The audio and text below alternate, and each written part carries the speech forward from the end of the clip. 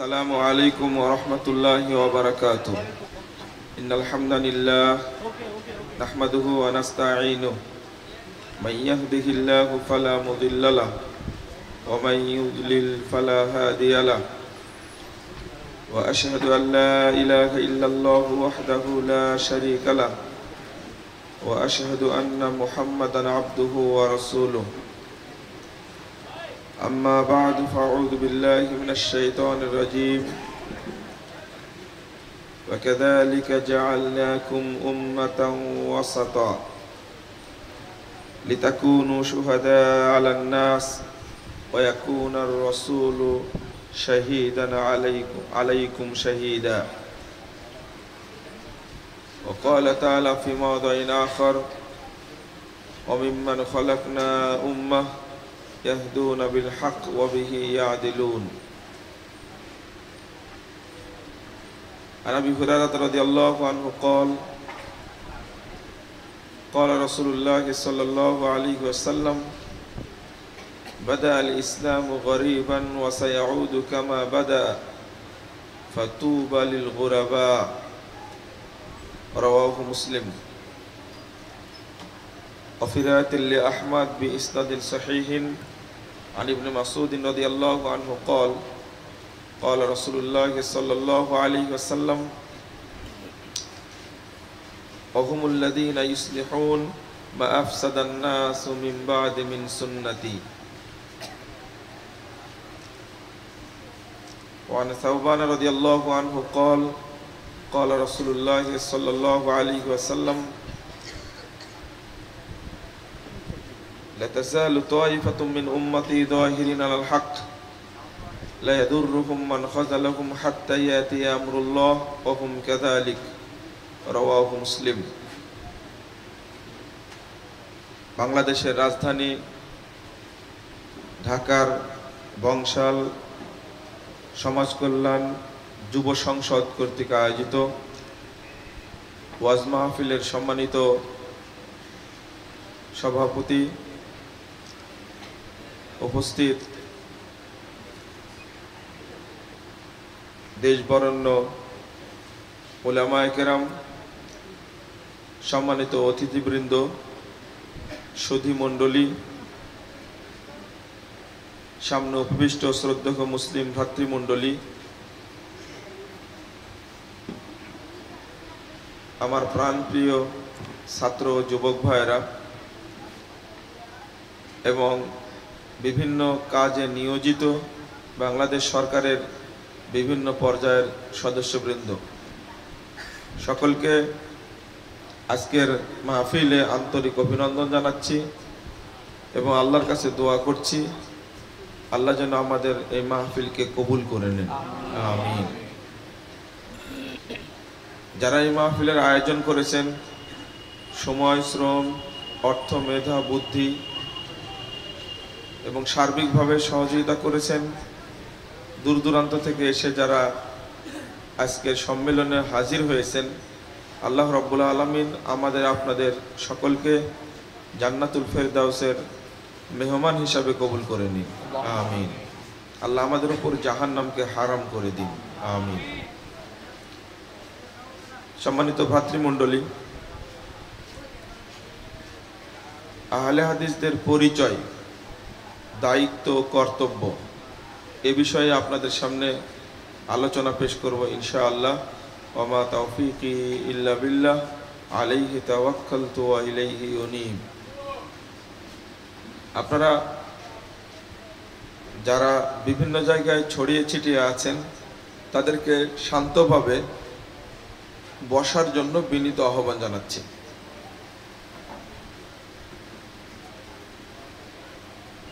আমি আমার সংক্ষিপ্ত আলোচনায় আমার বিষয় ফুটিয়ে তোলার চেষ্টা করব ইনশাআল্লাহ। আপনারা মনোযোগ দিয়ে শোনার চেষ্টা করবেন এবং কোরআন সুন্নাহর এই ঐতিহ্যবাহী কাফেলার যে পরিচিতি, এটা আপনাদেরকে আজীবন লালন করতে হবে, আজীবন গুরুত্ব দিতে হবে এবং দায়িত্ব কর্তব্যকে যথাযথভাবে মূল্যায়ন করে পালন করতে হবে। আল্লাহ রাব্বুল আলামিন আমাদের তৌফিক দান করুন, আমিন। সূরা আরাফ 181 নম্বর আয়াতে আল্লাহ রাব্বুল আলামিন বলেন, অমিম্মান খলাকনা উম্মাহ ইয়াহদুনা বিল হক ওয়া বিহি ইয়াদিলুন। পৃথিবীতে আমি যত কাফেলাকে সৃষ্টি করেছি উম্মাহ, তাদের মধ্যে একটি মাত্র কাফেলা, সর্বদা একটি মাত্র কাফেলা, ইয়াহদুনা বিল হক, যারা হক পথে পরিচালিত হয়েছে, অবিহি ইয়াদিলুন, এবং ওই হক অনুযায়ী ফায়সালা করার চেষ্টা করেছেন। সব দল করেছে না একটি দল করেছে? একটি দল। এটা কে বলছেন? এটা কে বলছেন? আল্লাহ। আল্লাহ রাব্বুল আলামিন বলছেন, অমিম্মান খলাকনা উম্মাহ, আমি যত জাতিকে, যত উম্মতকে, যত দলকে সৃষ্টি করেছি পৃথিবীতে, তার মধ্যে একটি মাত্র কাফেলা রয়েছে, ইয়াহদুনা বিল হক, যারা হক পথে পরিচালিত হয়, অবিহি ইয়াদিলুন, এবং ওই হক অনুযায়ী ফয়সালা করতে চাই এবং হককে প্রতিষ্ঠিত করতে চাই। একটা শ্রেণী। এই শ্রেণীটা কারা? 143 নম্বর আয়াত সূরা বাকারার মধ্যে আল্লাহ রাব্বুল আলামিন বলছেন, কাযালিকা জাআলনাকুম উম্মাতান ওয়াসাতা লিতাকুনু শুহাদা আলান নাস। এইভাবেই তোমাদেরকে আমি উত্তম উম্মত করেছি। ওয়াসাতান মানে এই খায়রান, লিতাকুনু শুহাদা আলান নাস, যেন তোমরা সমস্ত মানব জাতির উপরে সাক্ষী স্বরূপ হতে পারো। ওয়ায়াকুনার রাসূলু শাহীদান আলাইকুম শাহীদা, এবং রাসূল মুহাম্মদ সাল্লাল্লাহু আলাইহি ওয়াসাল্লাম যেন তোমাদের প্রতি সাক্ষী স্বরূপ হন। এই আয়াতের একটা শানে নজুল আছে। সহিহ বুখারীতে কিতাবুত তাফসীরের মধ্যে এই আয়াতের ব্যাখ্যায় ইমাম বুখারী রাহিমাহুল্লাহ হাদিসটা নিয়ে আসছেন।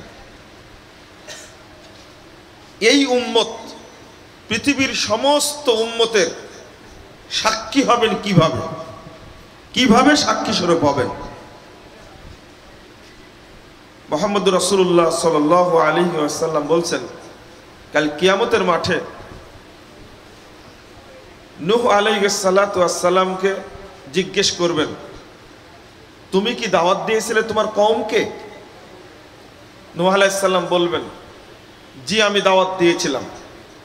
950 বছর আমি তাদের মাঝে দাওয়াতি কার্যক্রম পরিচালনা করেছি। তার সাক্ষী আমার উম্মত সাক্ষী দিবে। যখন নূহ আলাইহিস সালামের উম্মতকে জিজ্ঞেস করবেন, তোমাদের কি মাঝে কি নূহ দাওয়াতি কাজ করেছিল?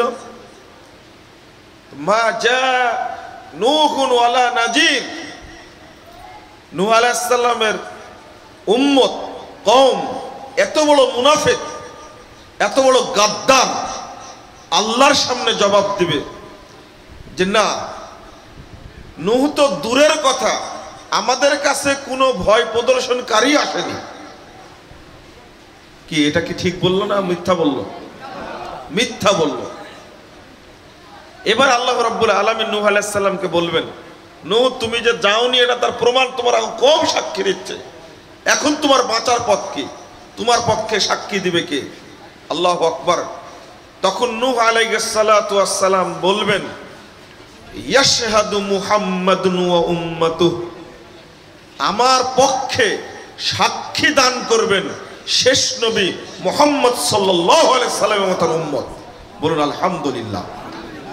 এইভাবেই প্রত্যেক নবী রাসূল যখন তার কওমের কাছে ঠেকে যাবে, এইভাবে পুরো মানব জাতির উপরে মুহাম্মদের উম্মত সাক্ষী দান করবে। বলুন আলহামদুলিল্লাহ। মুহাম্মদের উম্মত কতটা ভাগ্যবান, মুহাম্মদ সাল্লাল্লাহু আলাইহি সাল্লাম কতটা ভাগ্যবান। আজকে যারা সমাজে ইসলাম প্রচারের নামে বেদাতি কার্যক্রম পরিচালনা করছে, শিরকি কার্যক্রম পরিচালনা করছে, আহলে হাদিসদেরকে, সালাফিদেরকে, আহলে সুন্নাহ ওয়াল জামাতের লোকদেরকে যেভাবে অকথ্য ভাষায় গালিগালাজ করছে, আগামীকাল কিয়ামতের মাঠে এই সমস্ত বেদাতি আলেম, এই সমস্ত মাজার পূজারী, কবর পূজারী, শিরকপন্থী আলেমরা কাল কিয়ামতের মাঠে টিকতে পারবে না ইনশাআল্লাহ। আহলে হাদিসরা তাদের বিরুদ্ধে সাক্ষী দান করবে আল্লাহর সামনে।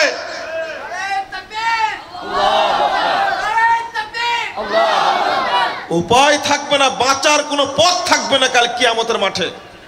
আজকে যতই গলাবাজি করুক না কেন, তাদের বিচার হবেই কিয়ামতের মাঠে ইনশাআল্লাহ। বিচার হবেই, হবেই বিচার, এতে কোনো সন্দেহ নাই।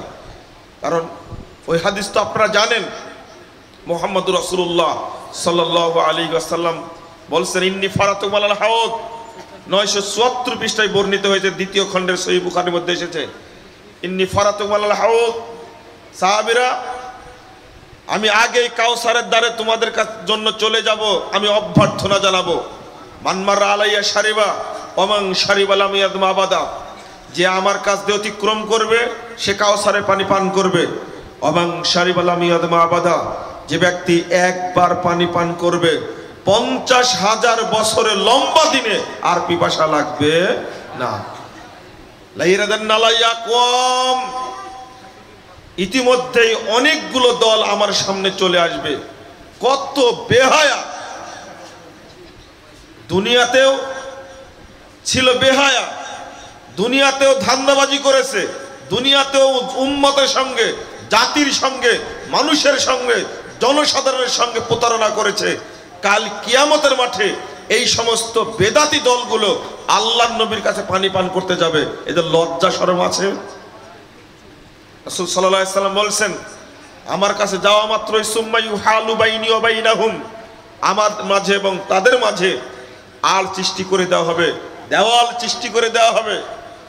রাসূল সাল্লাল্লাহু আলাইহি ওয়াসাল্লাম বলবেন, ইন্নাহুম মিন্নি, আল্লাহ এরা আমার উম্মত, এরা আমার অনুসারী, এরা আমার সাথী, এদেরকে পানি পান করাবো।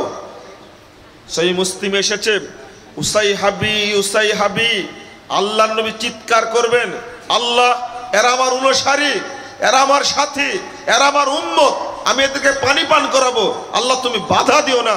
উসাইহাবি উসাইহাবি, এরা আমার সাথী, এরা আমার উম্মত, এরা আমার অনুসারী, তুমি তাদেরকে বাধা দিও না, আমি এদেরকে পানি পান করাবো, পানি পান করাতে দাও।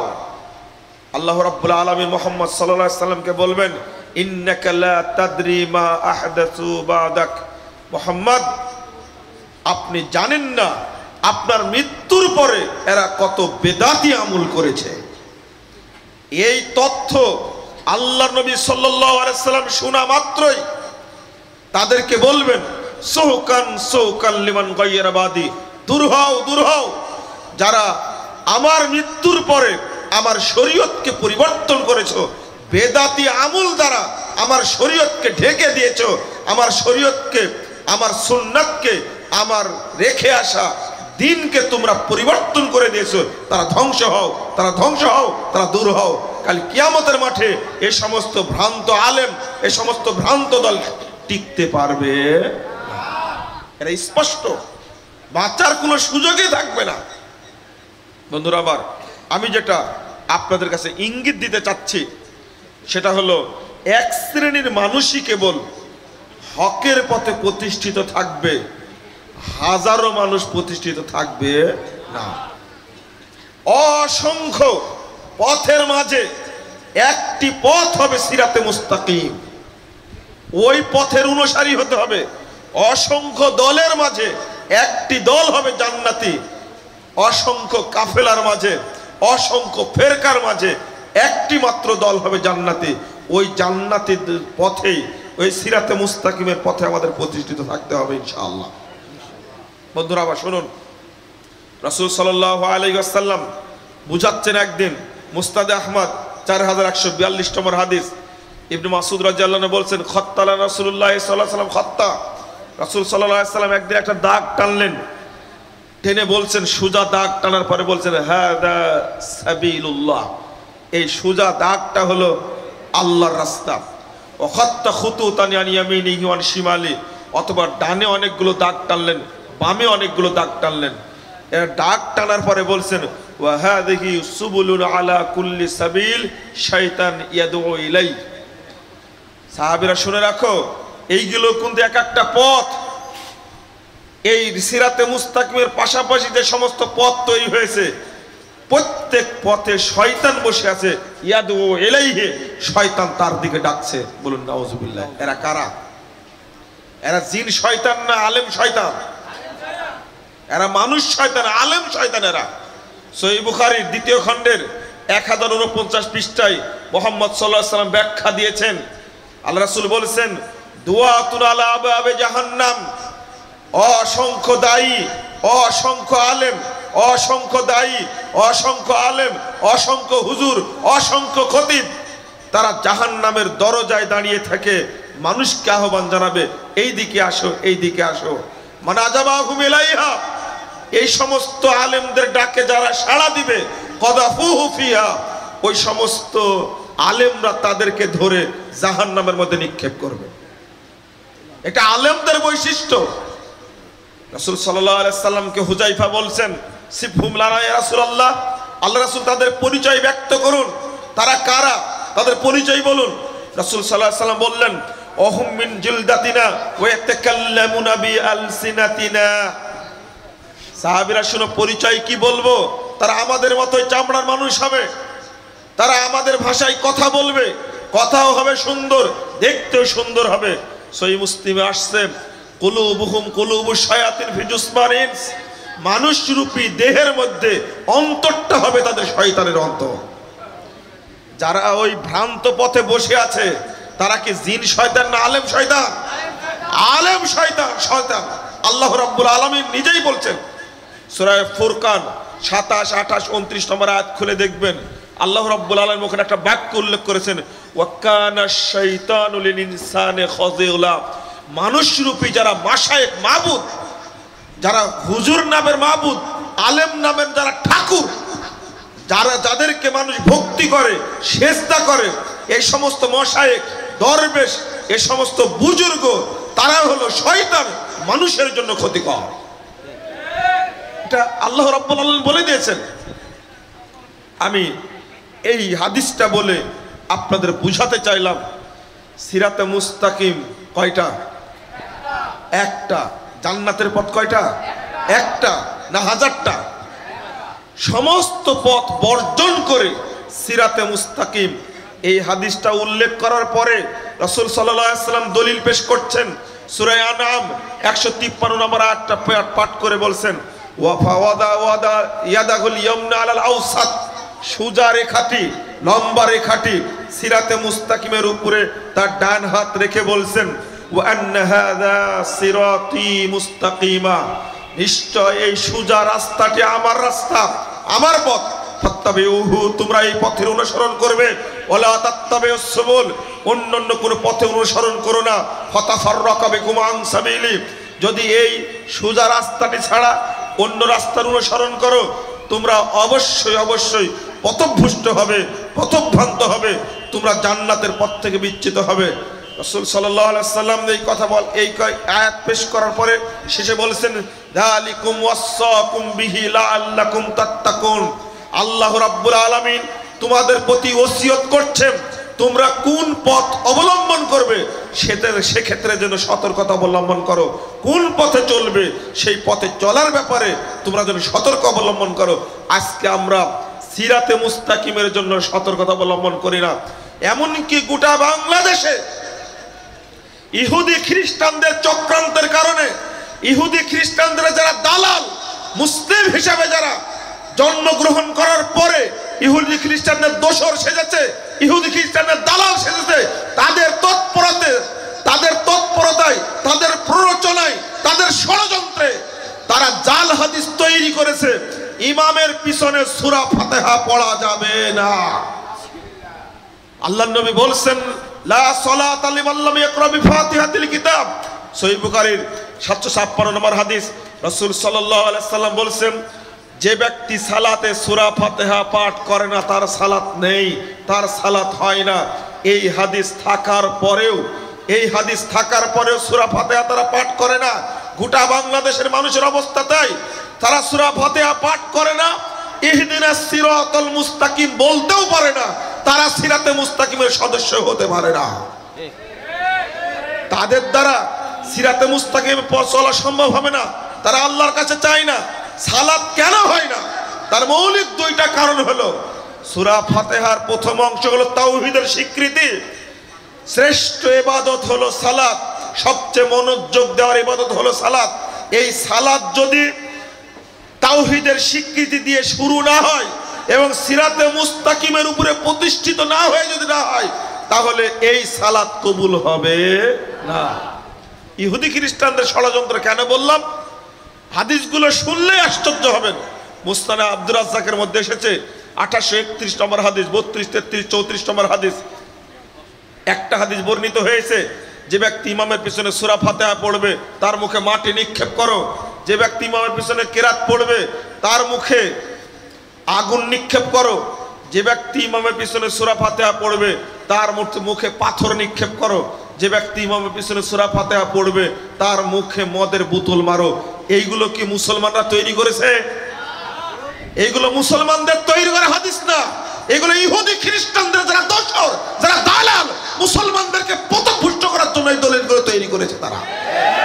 এতে কোনো সন্দেহের অবকাশ নেই। আর একটা হাদিস আপনাদের বলতে চাই, 631 পৃষ্ঠায় আবু দাউদের মধ্যে বর্ণিত হয়েছে। তিরমিজিতে হাদিসটি আসছে 2য় খণ্ডের 92 এবং 93 পৃষ্ঠায়। মুহাম্মদ রাসূলুল্লাহ সাল্লাল্লাহু আলাইহি ওয়াসাল্লাম একদিন বলছেন, ইন্না বানি ইসরাঈল তাফাররাকাত আলা সিনতানা সাবিনা মিল্লাহ, বানি ইসরাঈলরা বিভক্ত হয়েছে 72টি দলে। ওয়া তাফতারিকু উম্মতি আলা সাবিনা মিল্লাহ, আর আমার উম্মত বিভক্ত হবে 73 ভাগে বিভক্ত হবে। ইহুদিরা খ্রিস্টানরা বিভক্ত হয়েছিল 72 দলে, আমার উম্মত বিভক্ত হবে 73 দলে। কুল্লুহুম ফিন্নার, এই 73 দলের সবই জাহান্নামে যাবে, ইল্লা মিল্লাত ওয়াহিদা, একটি ব্যতীত। একটি দল জান্নাতে যাবে। দল কি একটা হবে? দল কি একটা হবে? দল হবে হাজারো হাজার, লাখ লাখ দল হতে পারে, কিন্তু জান্নাতে যাবে কয়টা? একটা। পথ হবে হাজার হাজার, লক্ষ লক্ষ পথ থাকবে, কিন্তু জান্নাতের পথ কয়টা? একটা। রাসূল সাল্লাল্লাহু আলাইহি সাল্লাম হাদিস দ্বারা বুঝালেন এটা। সাহাবীরা ভীতু হয়ে গেলেন। সাহাবীরা জিজ্ঞেস করলেন, কলু মান হিয়া ইয়া রাসূলুল্লাহ, আল্লাহ রাসূল, ওই একটি দল যে জান্নাতে যাবে এই দলটি কোন দল? রাসূল সাল্লাল্লাহু আলাইহি সাল্লাম উত্তর দিলেন, মা আনা আলাইহি ওয়া আসহাবি।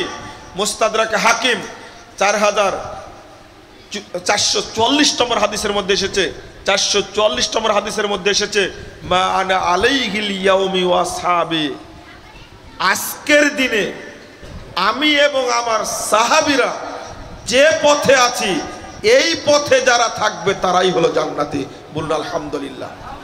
আমার আকীদা, আমার আমল রাসূল সাল্লাল্লাহু আলাইহি সাল্লামের আমলের মতো কিনা? আমার আকীদা, আমার আমল সাহাবীদের আমলের মতো কিনা, সাহাবীদের আকীদার মতো কিনা? যদি আমার আপনার আমল রাসূল সাল্লাল্লাহু আলাইহি ওয়াসাল্লাম এবং সাহাবীদের আকীদার মতো হয়, তাহলে নিশ্চিত আপনি জান্নাতের সদস্য। একটাই মাত্র মূলনীতি আমাদের জন্য এখন, আমাদের অন্য কোনো মূলনীতি নাই। মূলনীতি একটাই, যেটা আল্লাহ নবী দেখিয়ে দিয়েছেন। শর্ত একটাই, আপনার আজকে এই মূলনীতি গ্রহণ করা ছাড়া কোনো গতি নাই। একটাই মূলনীতি আপনাকে খুঁটে দেখতে হবে। আমি সালাত আদায় করছি, আমল করছি, আমি সিয়াম পালন করছি, আমি আকীদা পোষণ করছি, আমার আকীদাটা মুহাম্মদ সাল্লাল্লাহু আলাইহি ওয়াসাল্লামের আকীদার মতো কিনা? আমার আমলটা মুহাম্মদ সাল্লাল্লাহু আলাইহি ওয়াসাল্লামের আমলের মতো কিনা? না পচা আকীদা আমার? যদি পচা আকীদা হয়, পচা আমল যদি আমি করি, তাহলে আমি সিরাতে মুস্তাকিমের অনুসারী না। প্রশ্নই আসে না, ভাবনায় আসে না। আজকে রাসূল সাল্লাল্লাহু আলাইহি ওয়াসাল্লাম আকীদা পোষণ করছেন, সাহাবীরা আকীদা পোষণ করতেন, আল্লাহ রাব্বুল আলামিন আরশের উপরে সমুন্নত। গোটা বাংলাদেশের মানুষ, তরিকা হোক আর মাযহাবী মানুষ হোক, পীর পূজারি হোক আর কবর পূজারি হোক, তারা সবাই বিশ্বাস করে আল্লাহ সর্বত্র বিরাজমান। এই আকীদা কি রাসূলের আকীদা ছিল? তাহলে তারা সিরাতে মুস্তাকিমে কিভাবে আছে? তারা জান্নাতি দলের সদস্য হবে কি করে? তারা মক্কার ট্রেনে উঠবে কি করে? কেউ কেউ বলে থাকেন যেহেতু আমরা মক্কার ট্রেনে উঠে গেছি, ফার্স্ট ক্লাস যাত্রী হই আর সেকেন্ড ক্লাস যাত্রী হই, যে ক্লাসের যাত্রী হই না কেন আমরা মক্কায় পৌঁছবই। আমি বলি মক্কার ট্রেনে উঠলাম কখন? ওটাই তো সিরাতে মুস্তাকিম। সিরাতে মুস্তাকিমে আমি সদস্যই না, আমি মক্কায় ট্রেনে উঠতেই পারিনি, আমি মক্কায় যাবো কি করে? আশ্চর্য কথাবার্তা, ভাবতে অবাক লাগে। বন্ধুরা আমার, এখানে আপনাদের আমাদের একটা বিষয় স্পষ্ট ভাষায় বুঝতে হবে, পথ অনেকগুলো থাকবে, তবে জান্নাতে যাওয়ার পথ কয়টা? একটা। দল অনেকগুলো থাকবে, অসংখ্য দল থাকবে, কিন্তু জান্নাতে যাওয়ার দলের সংখ্যা কয়টা? একটা। আজকে প্রথম তৈরি হয়েছে ইসলামের ইতিহাসে ভ্রান্ত দল হিসাবে প্রথম 4টা তৈরি হয়েছে। খারেজি তৈরি হয়েছে, শিয়া তৈরি হয়েছে, মুরজিয়া তৈরি হয়েছে, কাদারিয়া তৈরি হয়েছে। আল্লাহর নবী এই 4টা দলকে জাহান্নামী দল বলেছেন। ভ্রান্তির বেড়া জালে একামতের দিন বইটার মধ্যে স্পষ্ট করে পরিচয় সহ লিখেছি। অনুরূপভাবে রাফেজি, মুতাজিলি, মুজাসসিমা, মুশাব্বিহা দলগুলো জন্ম হয়েছে। তারপরে জন্ম হলো শরীয়ত, তরিকত, মারেফত, হাকিকত, এই সুফিবাদের জন্ম হলো। সুফিবাদের স্তর হলো 4টা। তারপরে তৈরি হলো হানাফি, শাফি, মালিকি, হাম্বলি। তারপরে তৈরি হলো উপমহাদেশে চিশতিয়া, মুজাদ্দিদা, নকশবন্দিয়া, কাদারিয়া। আজকে বাংলাদেশে চলছে দেওবন্দি এবং বেরলভী 2টা গ্রুপ, যারা সবাই হানাফি মাযহাব বলে দাবি করে থাকে, কিন্তু হানাফি মাযহাবের কোনো আমল, ইমাম আবু হানিফার কোনো আমল এবং মূলনীতি তাদের মধ্যে নাই। বাংলাদেশের মানুষকে ধোঁকা দেওয়া হচ্ছে, বাংলাদেশের মানুষকে বিভ্রান্ত করা হচ্ছে। আজকে এক শ্রেণীর মানুষ নাম নিয়ে নাম ধারণ করে চরমোনাই, এক শ্রেণীর ধারণ করছে তাবলিগ জামাত, যারা ইলিয়াসি তাবলিগের সাথে জড়িত। এক শ্রেণীর মানুষ নাম ধারণ করেছে সরসিনা, এক শ্রেণীর মানুষ বলছে আমরা হলাম আটরশি, কেউ বলছে মাছ ভান্ডারি, কেউ বলছে ফুলতলি, কেউ বলছে কুতুববাগি, কেউ বলছে দেওয়ানবাগি, কেউ বলছে চন্দ্রপুরী, কেউ বলছে আটরশি, কেউ বলছে কোয়ান্টাম মেথড, কেউ বলছে লালন ফকির, কেউ বলছে কাদিয়ানি মতবাদ, কেউ বলছে চিশতিয়া, কেউ বলছে মুজাদ্দিদিয়া, কেউ বলছে নকশবন্দিয়া, কেউ বলছে কাদারিয়া। রাজনৈতিক ভাবে কেউ বলছে আমি হলাম ন্যাশনালিজমের সমর্থক, আমি হলাম কমিউনিজমের সমর্থক, আমি হলাম গণতন্ত্রের সমর্থক, আমি হলাম সাম্যবাদের সমর্থক। কেউ মুহাম্মদ সাল্লাল্লাহু আলাইহি সাল্লামের অনুসারী হিসেবে দাবি করে না। তাদের পরিণাম কি হবে? তারা কোন দলের সদস্য? এক একজন এক এক দলে ভর্তি হয়েছে। সবচেয়ে বড় ভয়ঙ্কর বিষয় হলো বাংলাদেশের অধিকাংশ মানুষ কোন না কোন পীরের মুরিদ হয়ে বসে আছে, আর প্রত্যেক পীর প্রত্যেক মুরিদকে মুশরিক বানায় মুসলমান থেকে। যদি এই পীর মুরিদের ভাগাভাগি না ছাড়ানো যায়, হক পথ যদি না চিনানো যায়, যে দায়িত্বটা ছিল আহলে হাদিসদের, মানুষকে হক পথ চিনাবে, হকের পথে আহ্বান করবে, কিন্তু ওই পথ থেকে আহলে হাদিসরা ওই কর্তব্য থেকে অনেকটা পিছিয়ে এসেছে। আলহামদুলিল্লাহ এখন কিছুটা ভালো অবস্থানে আছে, হয়তো ভবিষ্যতে আরো ভালো হবে ইনশাআল্লাহ আশা পোষণ করি। ইনশাআল্লাহ ভালো হবে, ইনশাআল্লাহ আশা পোষণ করি, অবশ্যই অবশ্যই ভালো হবে ইনশাআল্লাহ। বন্ধুরা আমার, মুহাম্মদ রাসূলুল্লাহ সাল্লাল্লাহু আলাইহি ওয়াসাল্লাম বলছেন বাদা আল ইসলামু গরিবান ওয়া সায়াউদু কামা বাদা। 84 খুলুন, সহিহ মুসলিম প্রথম খণ্ডের। রাসূল সাল্লাল্লাহু আলাইহি ওয়াসাল্লাম বলছেন ইসলামের সূচনা হয়েছিল অল্প কিছু সংখ্যক মানুষের মাধ্যমে, অল্প কিছু সংখ্যক মানুষের মাধ্যমে ইসলামের সূচনা হয়েছিল। ওয়া সায়াউদু কামা বাদা, যেভাবে শুরু হয়েছিল আবার ইসলাম ফিরে যাবে অল্প সংখ্যক মানুষের মধ্যে। ফাতুবা লিল গুরাবা, এই বাক্যটি যদি না বলতেন মনটা খারাপ হতো। আল্লাহ রাসূল বলেছেন সংখ্যা তোমাদের যতই কম হোক না কেন, তোমাদের জন্য রয়েছে জান্নাতে প্রতিষ্ঠিত তুবা গাছের সুসংবাদ। বলুন আলহামদুলিল্লাহ। সংখ্যায় যত কম হোক না কেন, সংখ্যায় যত কম হোক না কেন, জান্নাতে সুসংবাদ সংখ্যা কম যাদের তাদের জন্যই রয়েছে। এটা আল্লাহ নবী বলছেন সহিহ মুসলিমের হাদিস। আর একটা হাদিস এসেছে মুসনাদে আহমদ ১৬৭৩৬ নম্বর হাদিস। মুহাম্মদ সাল্লাল্লাহু আলাইহি ওয়াসাল্লাম পার্থক্য করে দিচ্ছেন। এবার আপনি পার্থক্যটা বুঝুন, আপনাদের দায়িত্বটা, আপনাদের কর্তব্যটা বুঝার চেষ্টা করুন। মুহাম্মদ সাল্লাল্লাহু আলাইহি ওয়াসাল্লাম বলছেন, ওয়াহুমুল্লাযীনা ইউসলিহুন মা আফসাদান নাসু মিন বাদি মিন সুন্নতি। তাদের পরিচয় হলো যারা হকপন্থী, যারা সিরাতে মুস্তাকিমের অনুসারী, যারা হকপন্থী, যারা সিরাতে মুস্তাকিমের অনুসারী, যারা জান্নাতি দলের অনুসারী, তাদের পরিচয় হলো ওয়াহুমুল্লাযীনা ইউসলিহুন, তারা সংশোধন করে দিবে। ইদা আফসাদান নাসু মিন বাদি মিন সুন্নতি, যখন আমার সুন্নাতকে মানুষ নষ্ট করবে, এই অল্প সংখ্যক মানুষ তখন সাধারণ জনগণকে সংশোধন করে দেবে। বলবে এটা হলো জাল হাদিস, এটা মানা যাবে না, এটা সহিহ হাদিস, এটা মানুন। বলবেন এটা হলো তাওহীদ, এটা হলো শিরক। তারাই বলবেন এটা হলো সুন্নাত, এটা হলো বেদাত। তারা বলবে এটা হলো হালাল, এটা গ্রহণ করুন, এটা হারাম, এটা বর্জন করুন। গোটা বাংলাদেশে, গোটা পৃথিবীতে একটা মাত্র কাফেলায় দায়িত্ব পালন করে, যাদেরকে আহলে হাদিস বলা হয়, যাদেরকে সালাফি বলা হয়। তারাই শিরক এবং বেদাতের বিরুদ্ধে উন্মুক্ত কণ্ঠে মানুষের সামনে স্পষ্ট ভাষায় পেশ করে থাকে। আর কোনো দল পাওয়া যাবে না, আর কোনো কাফেলা পাওয়া যাবে না। তারা ঢাকার মুক্তাঙ্গনে দাঁড়িয়ে এক সময় বলেছি, যদি মাজায় যারে বল থাকে, যারা ইসলামের নামে দাওয়াতি কাজ করছে, যারা ইসলামের নামে দল খুলে বসে আছে, তারা রাজধানী ঢাকার বুকে দাঁড়িয়ে বলুক মাজার পূজা শিরক, কবর পূজা শিরক, মূর্তি পূজা শিরক, খাম্বা পূজা শিরক। যদি কার সাহস আছে এই কথা বলার, আহলে হাদিসরা ছাড়া তার কার কোনো সাহস নাই এটা কথা বলার। যদিও বা যুগ যুগ ধরে আহলে হাদিসরা এই আমানতের দায়িত্ব পালন করে এসেছে, এই পরিচয়টাই মুহাম্মদ রাসূলুল্লাহ সাল্লাল্লাহু আলাইহি সাল্লাম দিয়েছেন। আমরা শুধু এক প্রকার শিরকের কথা বলি না, আমরা আন্তর্জাতিক শিরকের কথা বলি, আমরা জাতীয় শিরকের কথা বলি, ব্যক্তি শিরকের কথা বলি, সামাজিক শিরকের কথা বলি। শিরককে উপড়াতে হবে, এটা হলো টার্গেট। বেদাতকে উপড়াতে হবে, এটা হলো টার্গেট আহলে হাদিসদের।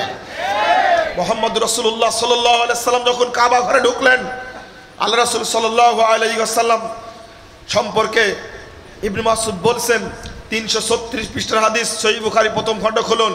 দাখালান নবী সাল্লাল্লাহু আলাইহি ওয়াসাল্লাম মক্কা, আল্লাহর নবী মক্কায় প্রবেশ করলেন। ওয়া হাউলাল কাবাতে ৩৬৬ সুবাব, কাবার চতুর্পার্শ্বে ৩৬০টি মূর্তি সাজানো আছে। ফাজালা ইয়াতুনহু বিউদিন ফিয়াদিহি, নবীর হাতে থাকা লাঠি দ্বারা মূর্তিগুলোকে মারছেন আর মারছেন। এই পবিত্র জায়গায় মূর্তি পূজা চলবে। রাসূল মুহাম্মদ সাল্লাল্লাহু আলাইহি ওয়াসাল্লাম এক হাতে এক নিমিষে ৩৬০টি মূর্তি ভেঙে চুরমার করছেন আর বলছেন, ওয়াকুল জাল হাক্কু জাহাকাল বাতিল ইন্নাল বাতিলা কানা জাহুকা। হক এসেছে, বাতিল চুরমার হয়েছে, বাতিল চুরমার হওয়ারই যোগ্য। পৃথিবীতে মূর্তি নামের কিছু থাকবে না। একদিকে খালিদ বিন ওয়ালিদকে ডেকে বললেন, খালিদ তুমি যাও, উজ্জা নামক মূর্তি, এই নগ্ন জিন, এরা মূর্তির মধ্যে ঢুকে শব্দ করে আর মুশরিকরা তার ইবাদত করে, এই নগ্ন জিনকে হত্যা করে আসো। আলী রাদিয়াল্লাহু আনহুকে ডেকে বলছেন, সহিহ মুসলিম খুলুন ৬৬ পৃষ্ঠার হাদিস, সহিহ মুসলিম খুলুন ৩১৩ পৃষ্ঠার হাদিস। মুহাম্মদ সাল্লাল্লাহু আলাইহি ওয়াসাল্লাম আলীকে ডেকে বলছে, আলী এদিকে আসো, শোনো মক্কা বিজয়ের দিনের ঘটনা। বলছে, আলী শোনো, লা তাদা তিমসালিল্লাহ তামাসতাহু ওয়ালা কবরান মুশরিফান ইল্লা সাওয়াইতাহু। আলী শোনো, তোমাকে নির্দেশ দিচ্ছি, পৃথিবীতে যত ছবি মূর্তি রয়েছে, যত উঁচু কবর রয়েছে, যত ছবি মূর্তি রয়েছে, যত উঁচু কবর রয়েছে, সমস্ত ভেঙ্গে চুরমার না করা পর্যন্ত আমার সামনে আসবে না। রাসূল সাল্লাল্লাহু আলাইহি সাল্লামকে না আল্লাহ রাসূলের রূপটা দেখে, আল্লাহ রাসূলের অবস্থা দেখে সাহাবীরা প্রশ্ন করছেন, লিমাযা আরসালাকা রাব্বুকা ইয়া রাসূলুল্লাহ, আল্লাহ নবী আপনাকে পৃথিবীতে আল্লাহ কেন পাঠিয়েছেন? আল্লাহ আপনাকে পৃথিবীতে কেন পাঠিয়েছেন? রাসূল সাল্লাল্লাহু আলাইহি সাল্লাম উত্তর দিচ্ছেন, লিকাসরি আওসান ওয়ালা ইশরাকু বিহি ওয়া আইয়ুহাদাল্লাহ ওয়ালা ইশরাকু বিহি। রাসূল সাল্লাল্লাহু আলাইহি সাল্লাম উত্তর দিলেন, আমাকে পৃথিবীর সমস্ত ছবি মূর্তি, কবর পূজা, মাজার পূজা ভেঙে ফেলার জন্য নির্দেশ দেওয়া হয়েছে এবং গোটা পৃথিবীতে শিরক মুক্ত করে তাওহীদ প্রতিষ্ঠার জন্য আমাকে নির্দেশ দেওয়া হয়েছে। আল্লাহর নবীর অবস্থাটা বুঝলেন? শিরিক এবং বেদাত থেকে দেশকে মুক্ত করা, এই সমাজ সংস্কার করাই হলো আহলে হাদিস সালাফিদের উদ্দেশ্য। অন্য কোনো উদ্দেশ্য আমাদের মধ্যে নাই। শহীদুল্লাহ খান মাদানী তিনি স্পষ্ট ভাষায় আপনাদেরকে কিছু কথা বলে গেছে এই সম্পর্কে। চলুন আমরা আরেকটু এগিয়ে যাই। আজকে অসংখ্য দলের মাঝে, অসংখ্য পথের মাঝে, অসংখ্য বেদাতি আলেমের মাঝে, অসংখ্য ভুয়া আমুলের মাঝে আপনি আমি কিভাবে সঠিক দিকটা চিনতে পারবো? এই কথা আজকের নয়, অনেক পুরাতন কথা। আমরা ওই হাদিসগুলি থেকে, ওই আয়াতগুলি থেকে, যে হাদিসটি পেশ করেছি সহিহ মুসলিম থেকে, লা তাযালু তায়ফাতু মিন উম্মতি যাহিরিনাল হক, সর্বদা একটি কাফেলা হকের উপরে বিজয়ী থাকবে। এর দ্বারা কি বোঝানো হয়েছে? 270 নম্বর হাদিস আলবানী রাহিমাহুল্লাহ তার কিতাবে সিলসিলা সহিহের মধ্যে নিয়ে আসছেন। এবং এই হাদিস সম্পর্কে মুহাদ্দিস উলামায়ে কেরাম যত বক্তব্য দিয়েছেন সব বক্তব্যগুলো তিনি একত্রিত করেছেন। 9 পৃষ্ঠাব্যাপী হাদিসের ব্যাখ্যা লিখেছেন, 9 পৃষ্ঠা। তার মধ্যে আমি কয়েকটা আপনাদের সামনে উল্লেখ করছি। 174 হিজরিতে মৃত্যুবরণ করেছেন আবু সাঈদ খুদরি রাদিয়াল্লাহু আনহু। তার বর্ণিত বাইহাকির শুআবুল ঈমানের 1741 নম্বর হাদিসের মধ্যে এসেছে, রাসূল সাল্লাল্লাহু আলাইহি ওয়াসাল্লাম আবু সাঈদ খুদরিকে বলেছেন, ইযা রাআ শাবাব, যখন যুবকদের দেখতেন, মারহাবাম বিওসিয়াতি রাসূলিল্লাহ সাল্লাল্লাহু আলাইহি ওয়াসাল্লাম, রাসূল সাল্লাল্লাহু আলাইহি ওয়াসাল্লাম ওসিয়ত অনুযায়ী আবু সাঈদ খুদরি তাদেরকে মারহাবা জানাতেন এবং বলতেন, আমারানা রাসূলুল্লাহ সাল্লাল্লাহু আলাইহি ওয়াসাল্লাম আন-নুওয়াসসিয়া লাকুম ফিল মাজালিস, আল্লাহ রাব্বুল আলামিন আমাদেরকে নির্দেশ দান করেছেন আমরা যেন তোমাদের জন্য মজলিস প্রশস্ত করে দিই। ওয়া আন-নুফাহিমাকুমুল হাদিস, আর তোমাদেরকে যেন আমরা হাদিস শিক্ষা দেই।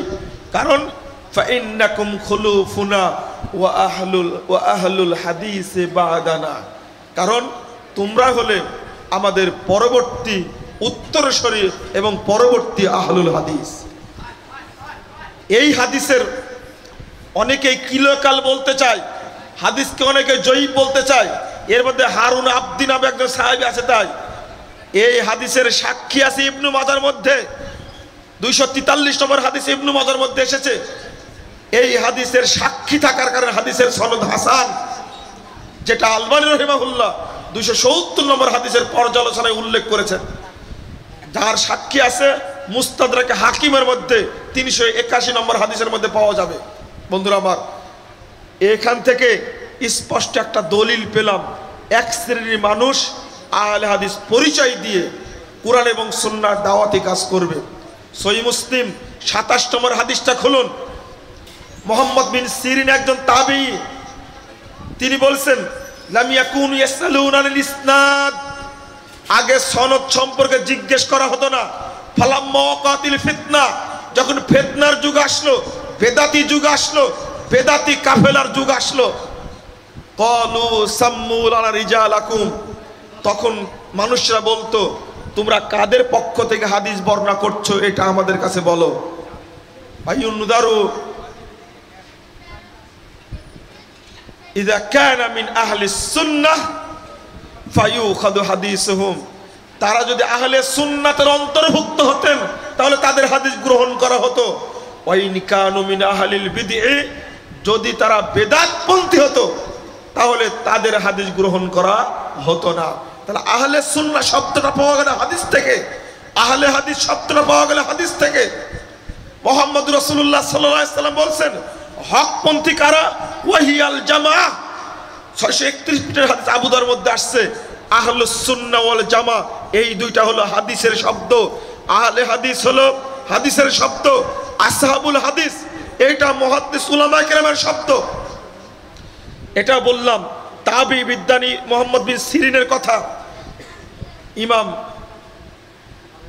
শাফি তিনি একজন তাবী বিদ্বান। তিনি কি বলছেন? লাউ ইস্তাকবালতু ফি আমরি মাস্তাদবারতু, আমি আমার কাজের ব্যাপারে যেটা পরে জানলাম এটা যদি আগে জানতাম, আমি যেটা পরে জানলাম এটা যদি আগে জানতাম, মা হাদ্দাস্তু ইল্লা মা আজমা আলাইহি আসহাবুল হাদিস, তাহলে আমি কোনো হাদিস বর্ণনা করতাম না, তবে যে হাদিসের প্রতি আহলে হাদিসগণ একমত হয়েছেন ওই হাদিস ছাড়া। তাবির বক্তব্য এটা। এবং আর একজন তাবী বিদ্বান আব্দুল্লাহ বিন মুবারক, 118 হিজরিতে জন্ম, 181 হিজরিতে মৃত্যু। তিনি বলছেন, হুম ইন্দি আসহাবুল হাদিস, যারা মুক্তিপ্রাপ্ত দল, যারা ফেরকায়ে নাজিয়া, যারা জান্নাতি দল, যারা কুরআন সুন্নাহর পথে আছে, হুম ইন্দি আহলুল হাদিস, তারাই হলো আহলে হাদিস। বলল আলহামদুলিল্লাহ। তারপর তো ওয়াকালা আসবাতুন নাসে, মানুষের মধ্যে সিরাত মুস্তাকিম অহুম আসহাবুল হাদিস, মানুষের মধ্যে যত মানুষ সিরাতে মুস্তাকিমের মধ্যে প্রতিষ্ঠিত আছে তারাই হলো আহলে হাদিস। বলুন আলহামদুলিল্লাহ। এটা আব্দুল্লাহ ইবনে মুবারকের কথা। 181 হিজরিতে মারা গেছেন, 118 হিজরিতে জন্ম। আমি যদি পরবর্তীতে আসি, ইমাম শাফিকে যদি আপনি জিজ্ঞেস করেন, ইমাম শাফি রাহিমাহুল্লাহ বলছেন শারফু আসহাবুল হাদিস 26 পৃষ্ঠার মধ্যে উল্লেখ করছেন। বন্ধুরা আমার, এইভাবে যদি বলতে থাকি, ইমাম শাফি বলছে, ইদা রাআইতু রাজুলাম মিন আসহাবিল হাদিস ফাকান্নী রাআইতুন নবী সাল্লাল্লাহু আলাইহি ওয়াসাল্লাম হাইয়া, আমি যখন কোনো আহলে হাদিস ব্যক্তিকে দেখি তখন স্বয়ং মুহাম্মদ সাল্লাল্লাহু আলাইহি ওয়াসাল্লামকে জীবিত অবস্থায় দেখি। আহলে হাদিস ব্যক্তির মধ্যে রাসূলের চরিত্র ফুটে ওঠে, আহলে হাদিসদের মধ্যে মুহাম্মদ সাল্লাল্লাহু আলাইহি ওয়াসাল্লামের আমল ফুটে ওঠে, আহলে হাদিসদের মধ্যে কুরআন সুন্নাহর চরিত্র, কুরআন সুন্নাহর আখলাক ফুটে ওঠে। তাই ইমাম শাফি বলছেন, আমি যেন স্বয়ং মুহাম্মদ সাল্লাল্লাহু আলাইহি ওয়াসাল্লামকে জীবিত অবস্থায় দেখি। আজকে আহলে হাদিসদের তাকালে কি বোঝা যায়? দাড়ি 3 বার করে চাষে, অথবা আহলে হাদিস বলে দাবি করে, টাকনুর নিচে কাপড় পরে, সালাতে ঠিকই রফুল আয়দান করে, কিন্তু রাজনীতির ক্ষেত্রে বড় ফেরাউন, অর্থনীতির ক্ষেত্রে কারুন, সমাজ নেতার ক্ষেত্রে আবু জাহাল, কুরআন সুন্নাহর মানে অনুসরণ তার মধ্যে মুটেই নেই। শুধু মসজিদে এসে জোরে আমিন বলে আর রফুল আয়দান করার নাম আহলে হাদিস না।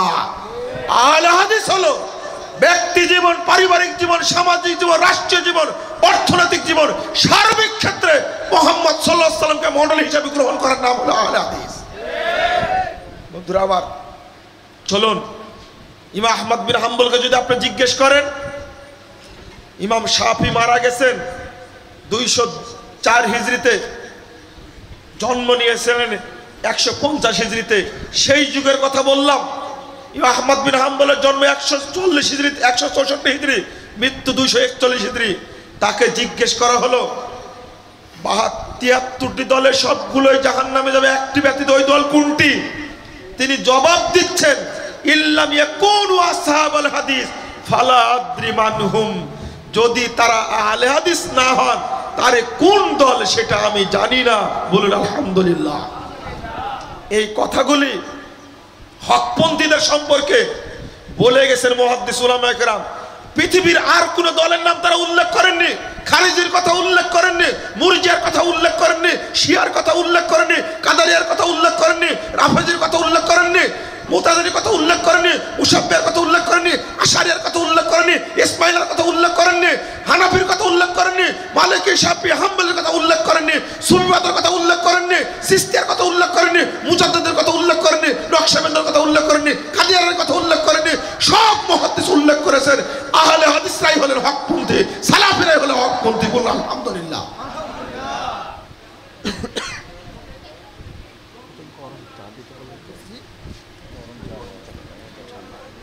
বন্ধুরা আমার, আমি আপনাদের বুঝাতে চেয়েছি, যুগ যুগ ধরে আহলে হাদিসরাই, সালাফিরাই, আহলে সুন্নাত জামাতের অনুসারীরাই কুরআন এবং সুন্নাহর ভিত্তিতে মানুষকে দাওয়াত দিয়েছে, তারাই প্রতিষ্ঠিত ছিল। সব দল ধ্বংস হয়েছে। আজও পৃথিবীতে কুরআন এবং সহিহ সুন্নাহর দল আহলে হাদিসরা, সালাফিরা, আহলে সুন্নাত ওয়াল জামাত আজও প্রতিষ্ঠিত আছে, কিয়ামত পর্যন্ত প্রতিষ্ঠিত থাকবে ইনশাআল্লাহ। বন্ধুরা আমার, আর একটু সামনে এগিয়ে চলুন। যদি আপনি জিজ্ঞেস করেন ইমাম বুখারী রাহিমাহুল্লাহকে, ইমাম বুখারী রাহিমাহুল্লাহ ওই হাদিসটা নিয়ে আসছেন সহিহ বুখারীর দ্বিতীয় খণ্ডের 1078 পৃষ্ঠায়। তিনি নিয়ে আসছেন লা তাযালু তায়িফাতুম মিন উম্মতি যাহিরাল হক, একটি দল সর্বদা হকের উপরে বিজয় থাকবে। তারা কারা? তিনি বলছেন ওয়াহুম আহলুল ইলম, যারা ইলমের অনুসারী। তিনি আর একটা বইয়ের মধ্যে উল্লেখ করেছেন তারিখের মধ্যে, সেখানে তিনি বলছেন আসহাবুল হাদিস, তারা হলো আহলে হাদিস। আলবানী রাহিমাহুল্লাহ কি বলছেন? লা মুনাফাতা বাইনাহা ওয়া বাইনা ক্বাবলাহু, আসহাবুল হাদিস আর আহলুল ইলমের মধ্যে কোনো বৈপরীত্য নাই। ইন্না আহলাল ইলম ওয়া হুম আসহাবুল হাদিস, যারাই আহলুল ইলম তারাই হলো আহলুল হাদিস। বলুন আলহামদুলিল্লাহ। আলবানীর কি ঠেকা পড়লো? এক জায়গায় সমন্বয় করলেন কেন?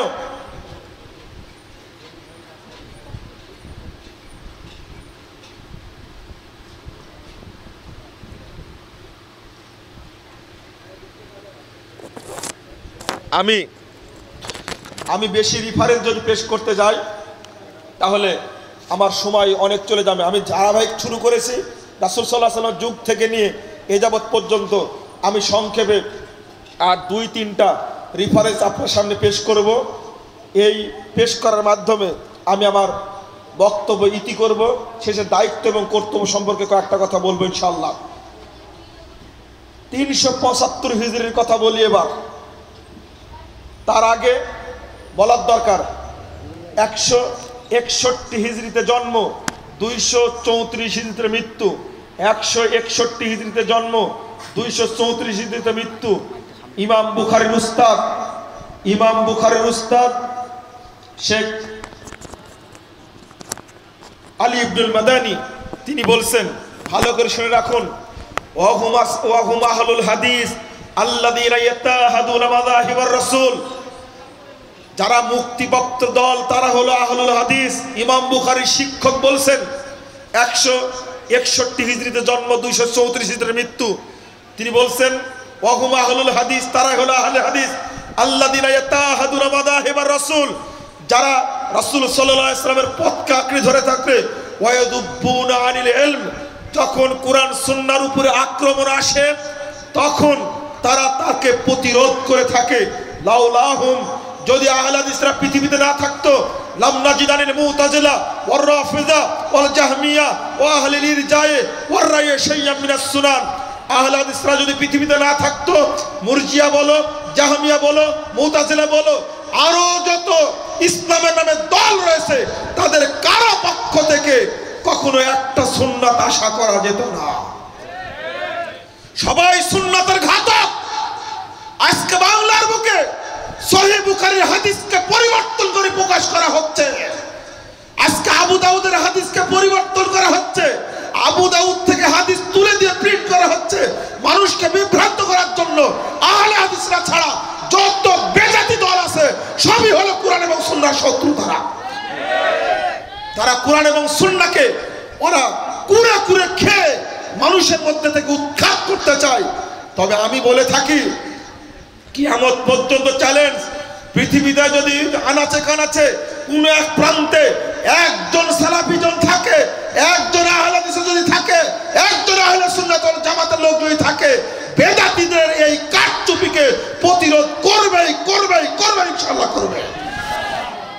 বেদাতীরা ঠিকভাবে ঘুমাতে পারবে না, একজন থাকলে টিকতে পারবে না ইনশাআল্লাহ, একজন থাকলেও টিকতে পারবে না। এই কথাটি বলে গেছেন খতিব বাগদাদী রাহিমাহুল্লাহ। 392 হিজরিতে জন্ম, 464 হিজরিতে মৃত্যু।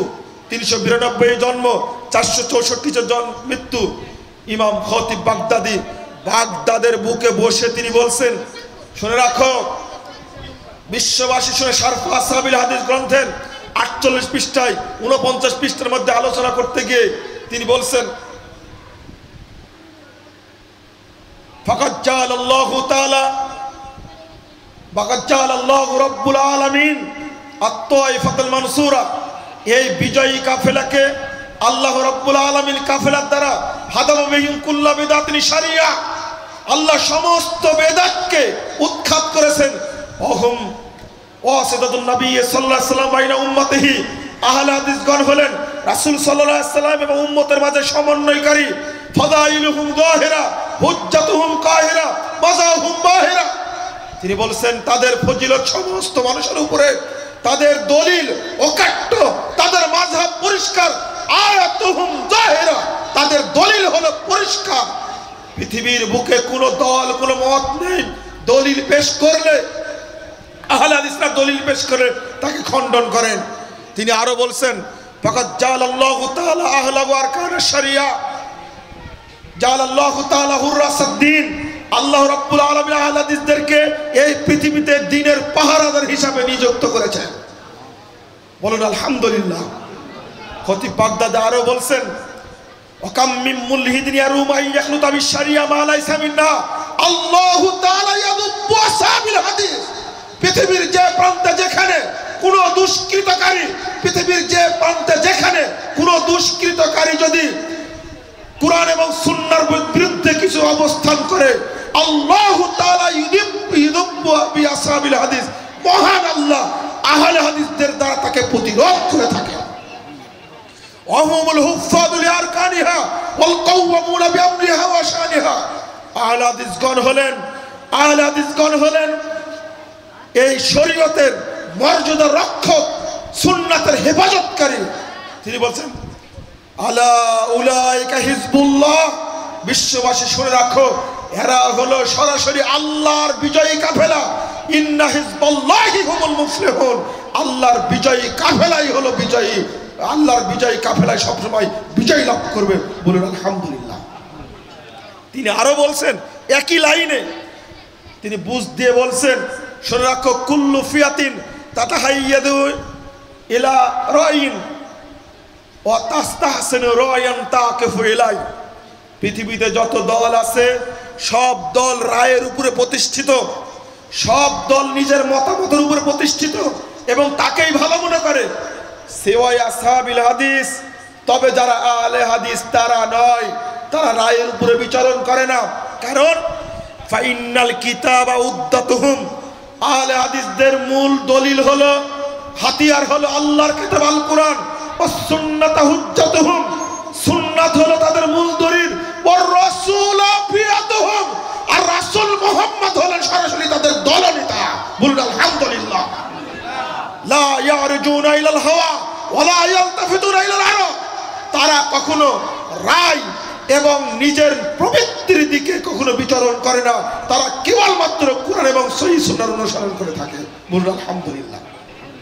আপনাদের আমি বুঝাতে গিয়ে একটু আমিও গলে গেছি, ভিতরে ঢুকে গেছি। আপনাদের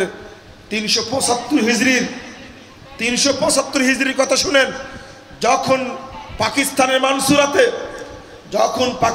মানসুরাতে শামসুদ্দিন মাকদিসি আসেন, আহসানুত তাকাসিম ফি মারিফাতিল আকালিম 96 পৃষ্ঠার মধ্যে খুলুন।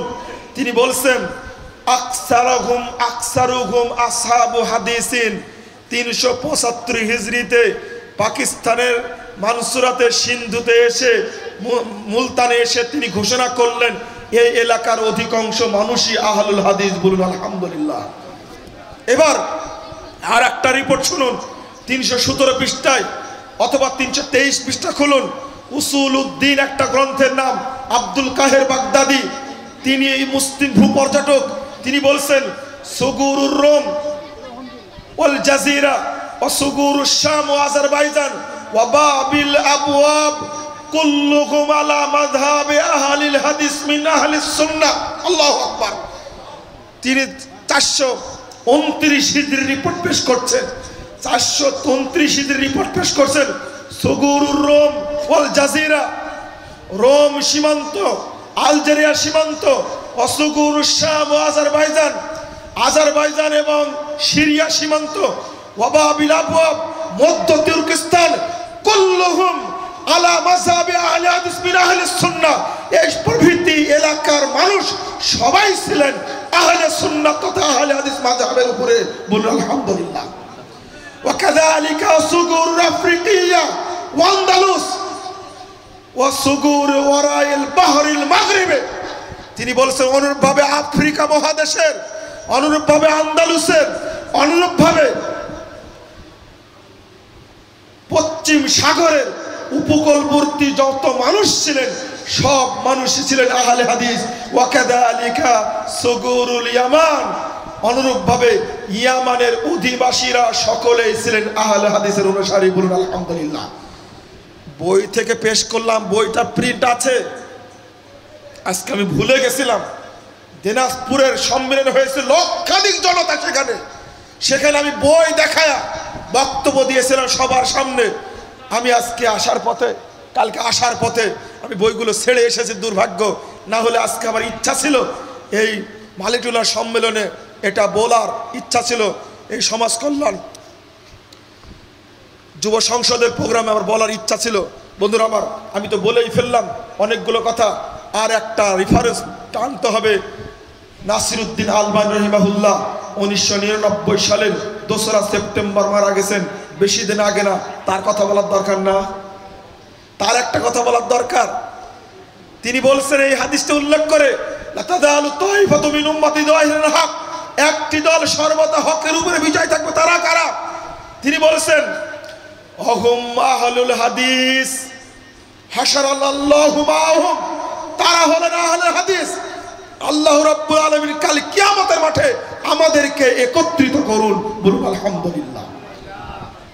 তারপরে বলছেন লা ইয়াতাসাবুনা লিকাউলিন শাখসিন মুআয়্যানিন মাহমা আলা ওয়া সামা হাশা মুহাম্মাদিন সাল্লাল্লাহু আলাইহি ওয়াসাল্লাম। তারা এমন একটা কাফেলা, তারা একক কোনো ব্যক্তির রায়কে, সিদ্ধান্তকে কখনো প্রাধান্য দেয় না, একমাত্র ব্যক্তি মুহাম্মদ সাল্লাল্লাহু আলাইহি সাল্লাম ছাড়া। তারা কার কথাকে প্রাধান্য দেয়? খিলাফে গায়রিহিম, অন্যদের বিপরীতে অন্যান্য লোকেরা ইয়াতাসাবুনা লিয়াকওয়ালি আইম্মাতিহিম, অন্য যত দল আছে সমস্ত দল তাদের দলীয় নেতার কথাকে প্রাধান্য দেয়। ওয়া আহলুল হাদিস ফাইন্নাহুম ইয়াতাসাবুনা লিয়াকওয়ালি নবিয়িহিম, একমাত্র আহলে হাদিসরা কেবল তাদের নবীর বক্তব্যকে আঁকড়ে ধরে থাকেন। বলুন আলহামদুলিল্লাহ। এরপরে আলবানী বলছেন ফালা আদাবা বাদা হাদাল বায়ান, ও বিশ্ববাসী, আমার এই বক্তব্যে আশ্চর্য হওয়ার কিছু নেই, আশ্চর্য হওয়ার দরকার নেই। ফাইন্না আসহাবুল হাদিস হুমুত তাইফাতুল যাহিরা ওয়াল ফিরকাতুন নাদিয়া বাল আল উম্মাতুল ওয়াসাদা শুহাদা ওয়াল খালক। আহলে হাদিসরাই হলো বিজয়ী কাফেলা, আহলে হাদিসরাই হলো ফিরকায়ে নাজিয়া, আহলে হাদিসরাই হলো শ্রেষ্ঠ উম্মত। বরং কাল কিয়ামতের মাঠে পৃথিবীর সমস্ত উম্মতের পক্ষ থেকে নবীর সামনে সাক্ষী দিবে আহলে হাদিসগণ। বলুন আলহামদুলিল্লাহ। 701 হিজরিতে, 771 হিজরিতে জন্ম, 774 হিজরিতে মৃত্যু। এটা আমার শেষ রেফারেন্স আপনাদের সামনে বলবো। জন্ম ইমাম ইবনু কাসির রহিমাহুল্লাহ, তিনি তার তাফসিরের মধ্যে সূরা বানী ইসরাঈল 71 নম্বর আয়াতের ব্যাখ্যা দিচ্ছেন। আয়াতটা হলো ইয়াউমা নাদু কুল্লা উনাসিন বিইমামিহিম, কাল কিয়ামতের মাঠে প্রত্যেক মানুষকে তার ইমাম সহ ডাকবো। কাল কিয়ামতের মাঠে আল্লাহ রাব্বুল আলামিন ইমাম সহ ডাকবেন। কে কোন মাযহাবের অনুসরণ করেছে সে তার পথে অংশগ্রহণ করবে। নাউজুবিল্লাহ। কে কোন মাযহাবের অনুসরণ করেছে ওই মাযহাব অনুযায়ী জড়ো হবে কিয়ামতের মাঠে। এরপরে তিনি বলেছেন ফাকবারু শারাফুল লিআসহাবিল হাদিস কান লিআন্না ইমামাহুমুন নবী সাল্লাল্লাহু আলাইহি ওয়াসাল্লাম। আল্লাহু আকবার। তিনি আয়াত পেশ করে বলছেন এই আয়াতের মধ্যে সবচেয়ে বেশি মর্যাদা রয়েছে আহলে হাদিসদের জন্য, কারণ কাল কিয়ামতের মাঠে তাদের ইমাম হবেন স্বয়ং মুহাম্মদ সাল্লাল্লাহু আলাইহি সাল্লাম। আলহামদুলিল্লাহ কেউ বললেন না? আপনারা বলুন আলহামদুলিল্লাহ। আল্লাহ রাসূলের সাথে আমরা কিয়ামতের মাঠে উঠতে চাই না অন্য পীর ফকির নেতা হোক তাদের সাথে উঠতে চাই? কার সাথে উঠতে চাই কিয়ামতের মাঠে? আল্লাহ রাসূলের সাথে উঠতে চাই। আল্লাহর নবী আমাদের নেতা হবে। এই জন্য মাযহাব একটি, চার মাযহাব ভ্রান্ত, চার তরিকা ভ্রান্ত, ফেরকাবাজি ভ্রান্ত। ইসলামে ফেরকাবাজির কোনো স্থান নাই। মাযহাব একটাই, যা দিয়ে গেছেন সিরাত থেকে মুস্তাকিম একটাই, যা দিয়ে গেছেন মুহাম্মদুর রাসূলুল্লাহ সাল্লাল্লাহু আলাইহি ওয়াসাল্লাম। বন্ধুরা আমার, শেষ জামানায় এসে অক্সফোর্ড বিশ্ববিদ্যালয়ের প্রফেসররা বলে দিলেন সমস্ত দল একদিকে। ইংরেজরাই বলে দিয়েছেন গণতন্ত্র কি, ইংরেজরাই বলে দিয়েছে সমাজতন্ত্র কি, ইংরেজরাই বলে দিয়েছে ধর্মনিরপেক্ষতাবাদ কি, ইংরেজরাই বলে দিয়েছে ন্যাশনালিজম কি। আমি শুরিটোলার মাঠে গতদিনে বক্তব্য দিয়েছি, ওই দিকে আর ফিরে যাচ্ছি না। শুধু আহলে হাদিস সম্পর্কে একটা মন্তব্য করেছেন অক্সফোর্ড বিশ্ববিদ্যালয়ের প্রফেসররা। ইনসাইক্লোপিডিয়া অফ ইসলাম প্রথম খণ্ডের 159 পৃষ্ঠার মধ্যে বলছেন, the Ahle Hadith try to go back to first principle into the restore the Ahle Hadith faith of practices. তিনি বলছেন যে আহলে হাদিসরা চাই শুরুর যুগের দিকে ফিরে যেতে। মুহাম্মদ সাল্লাল্লাহু আলাইহি সাল্লামের যে আকীদা, মুহাম্মদ সাল্লাল্লাহু আলাইহি সাল্লাম যে আমল ছিল, ওই আমলটাকে আবার মানুষের সামনে পুনরুদ্ধার করতে চায়। বলুন আলহামদুলিল্লাহ। আহলে হাদিসদের কাজই এটা, নবীর আদর্শকে পেশ করতে চায়। আজকে আমেরিকা চেষ্টা করছে দেশকে শান্তি দেওয়া। ইতিমধ্যে দুইটা বিশ্বযুদ্ধ চলে গেছে, কিন্তু মানুষকে শান্তি দিতে পারেনি। পৃথিবীর মানুষকে শান্তি দিতে পারেনি। মানুষ আজকে যুদ্ধ নিয়ে ব্যস্ত আছে। সিরিয়া জলে সরকার হলো, ইরাক জলে সরকার হলো, লিবিয়া জলে সরকার হলো, ফিলিস্তিন জ্বলছে। আর পরে কোন মুসলিম রাষ্ট্র? আফগানিস্তান শেষ হয়ে গেছে। এখন টার্গেট সৌদি আরব, কুয়েত, এখন টার্গেট বাংলাদেশ। জঙ্গিবাদের সাথে জড়িয়ে দিয়ে ইহুদি খ্রিস্টানদের ষড়যন্ত্রকে বাস্তবায়ন করার চেষ্টা করছে। বন্ধুরা আমার, এই মুহূর্তে যদি মুহাম্মদ সাল্লাল্লাহু আলাইহি ওয়াসাল্লামের আকীদা আমরা গ্রহণ করি, রাসূলের আমল যদি গ্রহণ করি, সমস্ত অশান্তি দূর হবেই হবে, ইনশাআল্লাহ হবে, এতে কোনো সন্দেহ নাই। দরকার মুহাম্মদ সাল্লাল্লাহু আলাইহি ওয়াসাল্লামের সেই আদর্শকে পুনরুদ্ধার করা। বন্ধুরা আমার, এই জন্য জর্জ বার্নার্ড শাহ বলেছিলেন, I believe in one like Muhammad were to assume the dictation modern world he would succeed in solving his problem in a way that would bring much needed peace and happiness. হে আমেরিকাবাসী, শুনে রাখো, দুইটা বিশ্বযুদ্ধ চলে গেছে, যা মানুষকে শান্তি দিতে পারেনি, মানুষকে শান্তি দিতে পারেনি। তবে আমি জর্জ বার্নার্ড বিশ্বাস করি, মুহাম্মদের মতো একজন ব্যক্তি যদি আজকে বর্তমান পৃথিবীর দায়িত্ব গ্রহণ করতেন, সমস্ত দুর্নীতি, সমস্ত অনাচার, সমস্ত অত্যাচারকে দূর করে দিয়ে গোটা পৃথিবীব্যাপী সুখ এবং শান্তির বন্যা তারা বয়ে দিতে পারতেন। আবার মুহাম্মদের আদর্শের দিকে ফিরে আসতে হবে, অন্যতা সম্ভব নয়। বন্ধুরা আমার, আমি এবার সংক্ষেপে, আমার বক্তব্যের সময় পেরিয়ে যাচ্ছে, আমি সংক্ষেপে বলবো যে আমরা কিভাবে দায়িত্ব পালন করলে আমরা দাওয়াতি কাজে সফল হতে পারব। প্রথম কথা,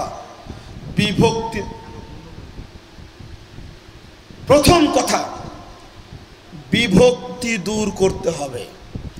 যদি 5 জন লোক থাকি, 5 জন লোকই ঐক্যবদ্ধ থাকতে হবে। যদি এটা করতে পারি তাহলে সফল হব ইনশাআল্লাহ। ঐক্যের কারণে সফল হয়েছে।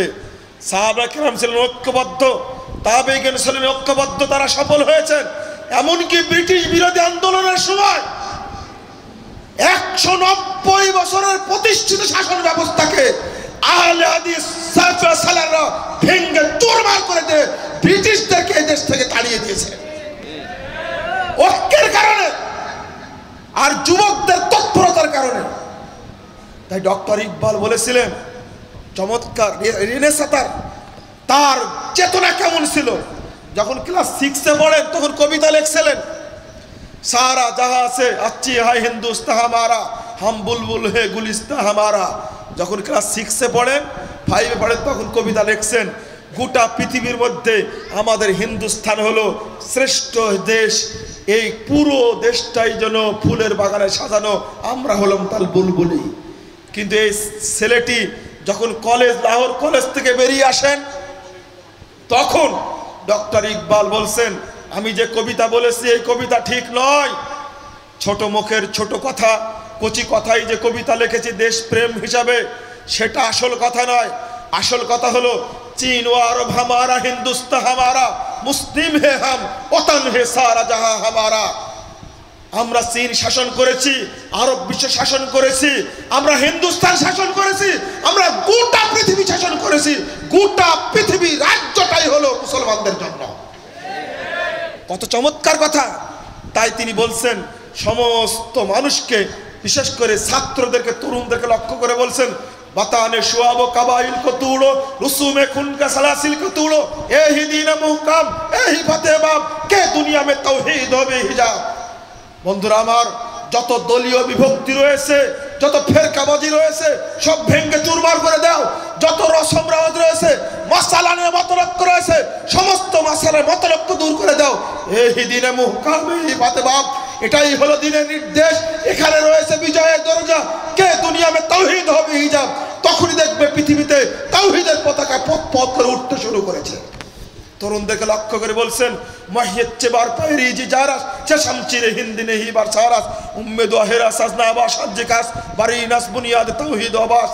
হে তরুণ ভাইরা, শুনে রাখো, তাওহীদপন্থী তরুণের সামনে, যার মধ্যে তাওহীদ লুকায়িত আছে, এই তরুণের সামনে ভারতের তীক্ষ্ণ তরবারি কিছুই না।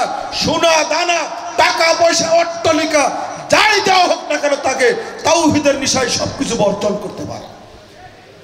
ডক্টর ইকবালের হুঙ্কার পশ্চিম পাকিস্তান থেকে, পূর্ব পাকিস্তান থেকে হুঙ্কার।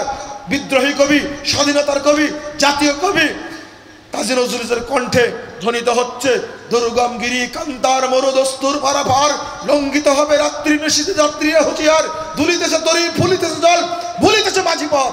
কে আসো জোয়ান হ, সিরিয়াছে পাল, কে ধরে বাল, আশাকার হিম্মত, কে আসো জোয়ান হও আগুয়ান, হাকিছে ভবিষ্যৎ, এ তুফান ভারী, দিতে হবে বাড়ি, নিতে হবে তৈবা।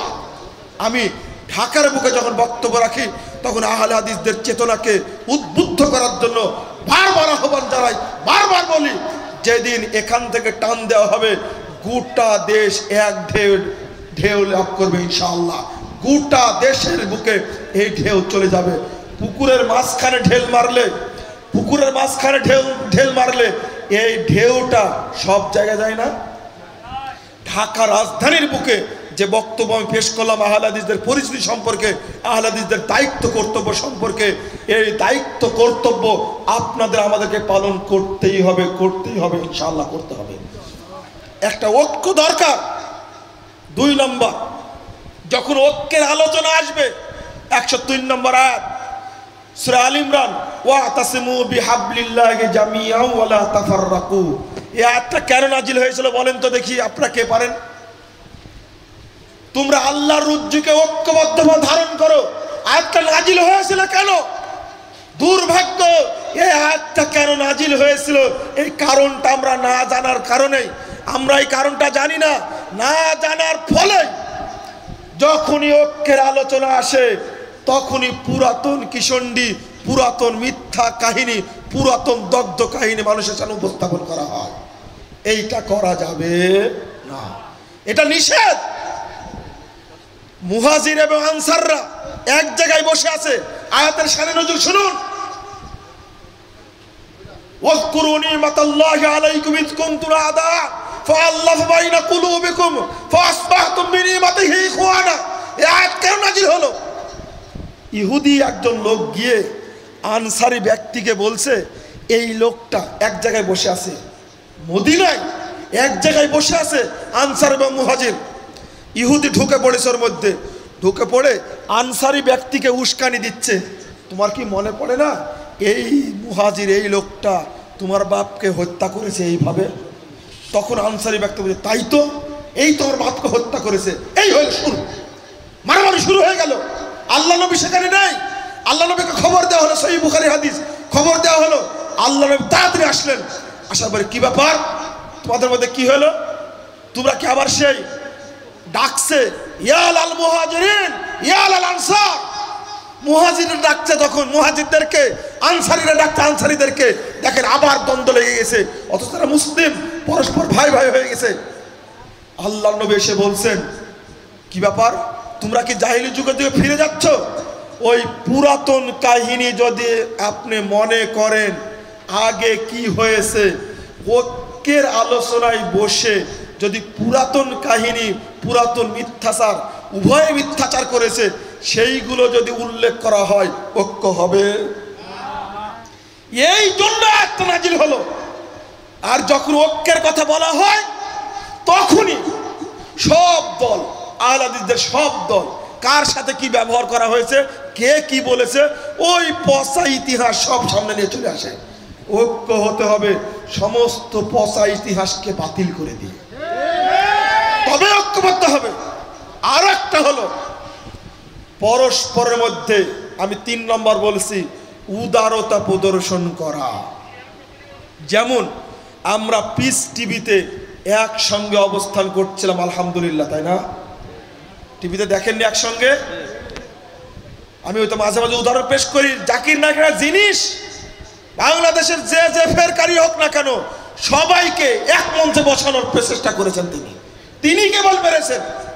বাংলাদেশে আমরা পারি না, আমরাও পারবো ইনশাআল্লাহ। আমরাও এক মঞ্চে বসতে পারবো, আশা পোষণ করি। আল্লাহ তুমি সকল আহলে আলেমকে এক মঞ্চে বসার তৌফিক দান করো, আমিন।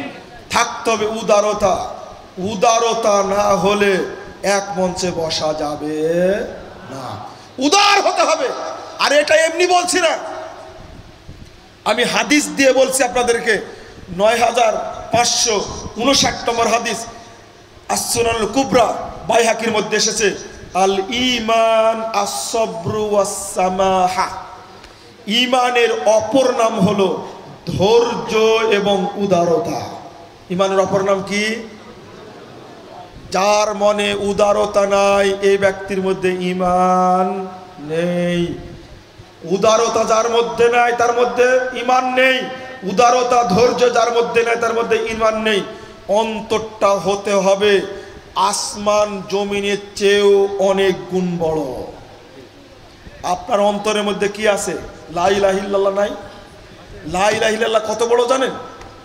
লা ইলাহা ইল্লাল্লাহ কত বড় কে বলতে পারে? লা ইলাহা ইল্লাল্লাহ কত বড়? আল্লাহর নবী বলছেন লা ইলাহা ইল্লাল্লাহর মর্যাদা 10668 নম্বর হাদিস, আস-সুনানুল কুবরা, ইমাম নাসাইর একটা হাদিসের গ্রন্থ। আল্লাহ নবী বলছেন তুমি তোমার কাছে লা ইলাহা ইল্লাল্লাহ রাখো, তুমি লা ইলাহা ইল্লাল্লাহকে ধারণ করো। ফাইন্নাস সামাওয়াতি ওয়াল আরদ ইন কানাতা হালাকাতান, আসমান সমূহ জমিন সমূহ যদি তোমার বিরুদ্ধে অবস্থান করে, আসমান সমূহ জমিন সমূহ যদি তোমার বিরুদ্ধে অবস্থান করে, আর তোমার কাছে যদি লা ইলাহা ইল্লাল্লাহ থাকে, লা কসামাতুহুমা, এক লা ইলাহা ইল্লাল্লাহ আসমান জমিনকে ভেঙে গুড়িয়ে চুরমার করে দেবে। আলহামদুলিল্লাহ। তারপরে বলছে ওয়াইন ওয়াসালাতুহুমা, শোনো কাল কিয়ামতের মাঠে যদি পাপের পাল্লায় লা ইলাহা, পাপের পাল্লায় যদি আসমান জমিন উঠে যায়, ও সাহাবীরা শুনো, কাল কিয়ামতের মাঠে আসমান জমির বিরোধিতা করে তোমার পাপের পাল্লায় যদি 7টি আসমান 7টি জমিন উঠে বসে, আমার কথা কি বুঝতে পারছেন? স্পষ্ট হচ্ছে? আল্লাহ রাসূল বলছেন যদি কাল কিয়ামতের মাঠে তোমার পাপের পাল্লায় 7টি আসমান 7টি জমিন উঠে বসে, আর তোমার কাছে যদি লা ইলাহা ইল্লাল্লাহ থাকে, লা মালাত কিফাতু লা ইলাহা ইল্লাল্লাহ, লা ইলাহা ইল্লাল্লাহর পাল্লা ভারী হয়ে যাবে। বলুন আলহামদুলিল্লাহ। তাহলে লা ইলাহা ইল্লাল্লাহ কত বড় বলেন তো দেখি? আসমান জমিনের চেয়ে ছোট না বড়? ওই জিনিসটা যদি আপনার অন্তরে থাকে তাহলে আপনার অন্তরটা কত বড়? এত বড় রাখতে হবে। এই রকম বড় যদি থাকে আপনার অন্তর, একজন আলেম সম্পর্কে আর একজন আলেমের মন্তব্য চমৎকার।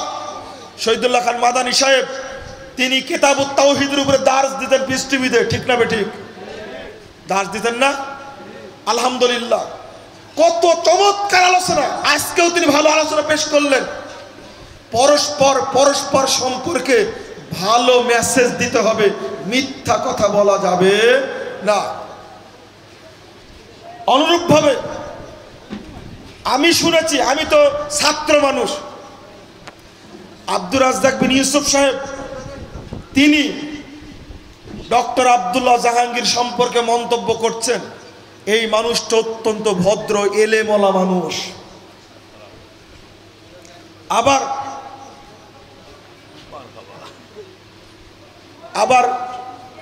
এটা আব্দুর রাজ্জাক সাহেব মন্তব্য করছেন কার সম্পর্কে ভুলে গেছেন, কার সম্পর্কে?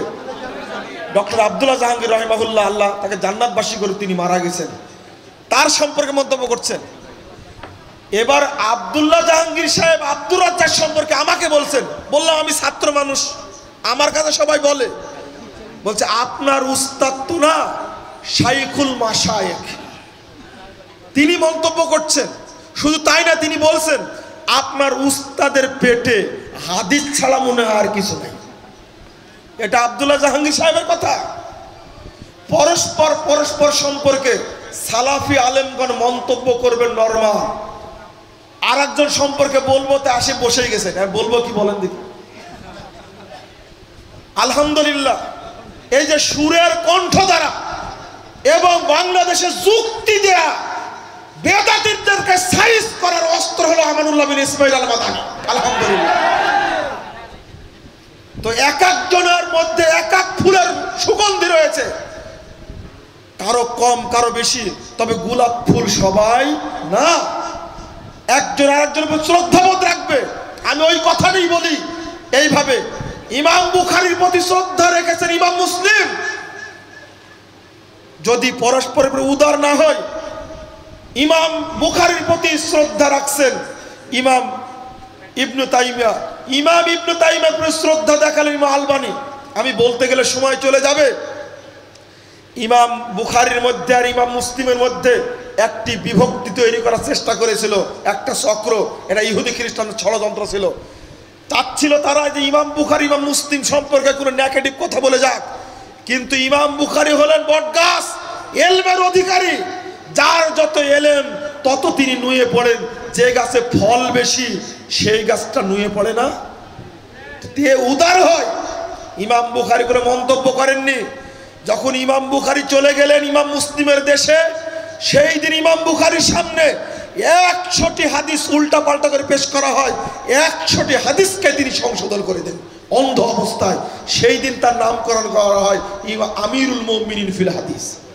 ওই দিন ইমাম মুসলিম মঞ্চে চলে গেছেন, ইমাম বুখারীর কাছে গিয়ে বলছেন ফাকাব্বালা বাইনা ইলাইহি, কপালে চুম্বন করলেন, করার পরে বলছেন দান ইউকাব্বিলু রিজলাইক, আমাকে ছেড়ে দিন, আপনার 2 পা ধরে আমি ক্ষমা নিব। ইয়া সাইয়্যিদাল মুহাদ্দিসিন, ইয়া উস্তাদুল আসাতিজিন, ইয়া তাবিবুল হাদিস ফিল ইলাল, হে মুহাদ্দিস কুল সম্রাট, হে উস্তাদ কুল সম্রাট, হে হাদিসের সবচেয়ে বড় ডাক্তার, আপনি আমাকে সুযোগ দিন, আপনার কাছ থেকে আমি ক্ষমা নিব। ইমাম বুখারীর প্রতি কত শ্রদ্ধা দেখালেন ইমাম মুসলিম রাহিমাহুল্লাহ। উস্তাদ শাগির্দ মধ্যে এরকম শ্রদ্ধা তিনি বলেননি। ইমাম বুখারী বললেন না, অহংকার করে বললেন না তিনি তাই কথা, যা কেন আসছিস আমার কাছে কেন আসছিস, বললেন না। এটা ডেকে নিয়ে মাথায় হাত দিয়ে ছাত্রকে দোয়া দিয়ে দিলেন। এটা কি উদারতা নয়?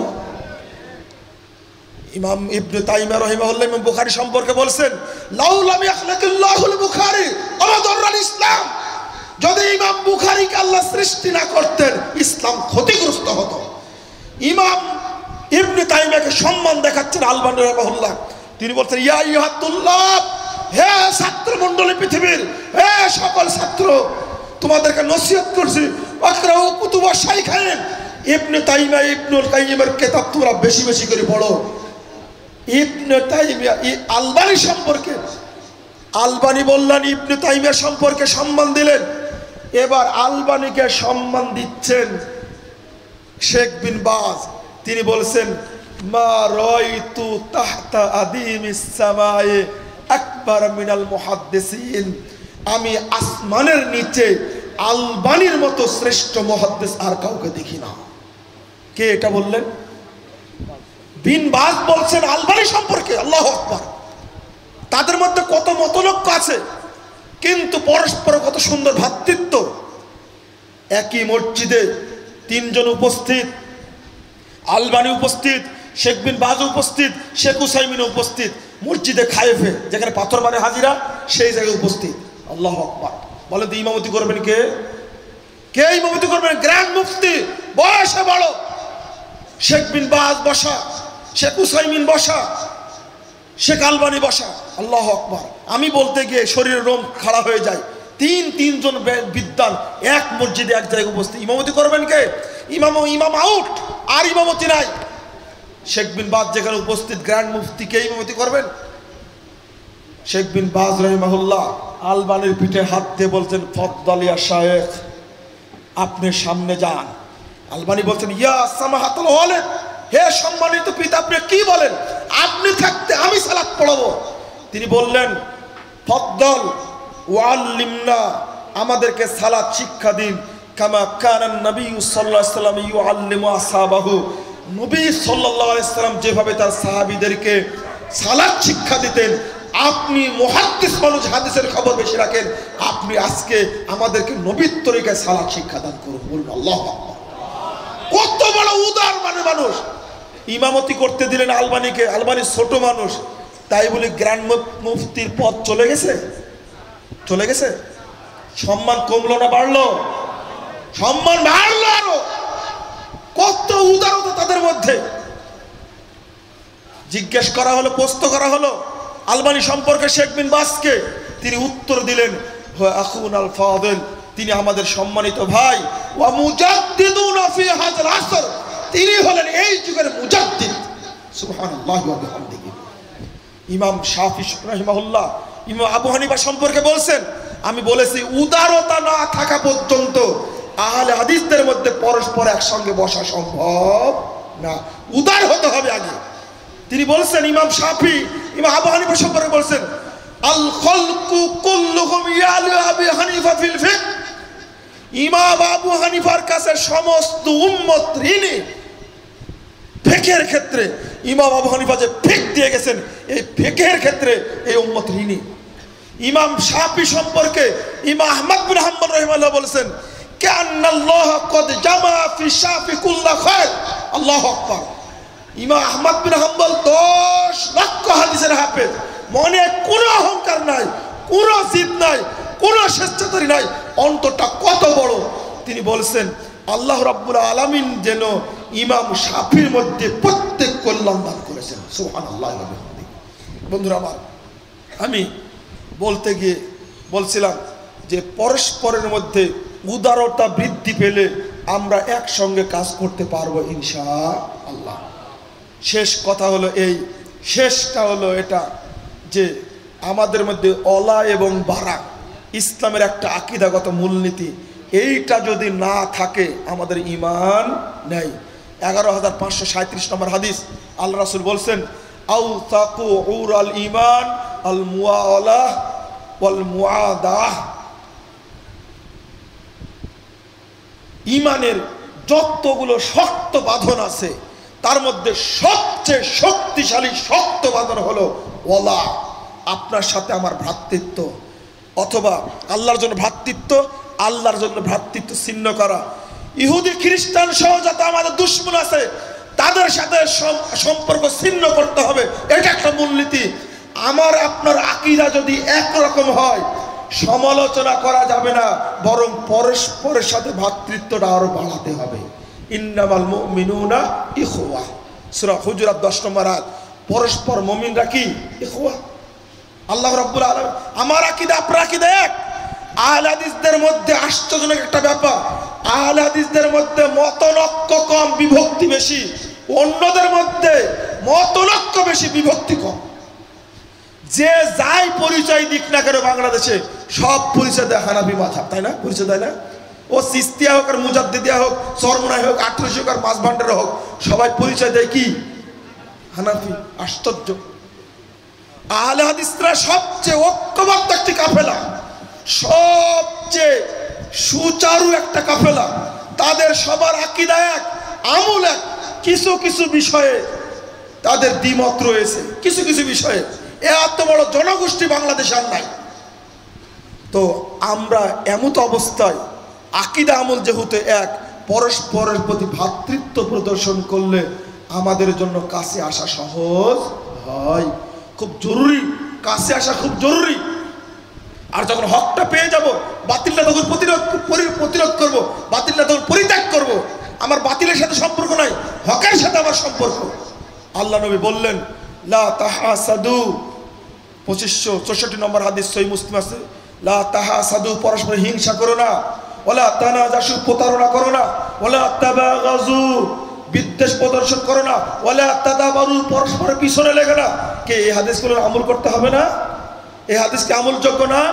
আল মুসলিম আখুল মুসলিম, এক মুসলিম আর এক মুসলিমের ভাই, ওয়ালা ইয়াখযুলুহু ওয়ালা ইয়াহকিরুহু ওয়ালা ইয়াবজুলুহু, পরস্পরের এক মুসলিম অপর মুসলিমের ভাই তার ক্ষতি করবে না, ওয়ালা ইয়াসলিমুহু, তার উপরে জুলুম করবে না, ওয়ালা ইয়াহকিরুহু, তাকে তুচ্ছ তাচ্ছিল্য করবে না।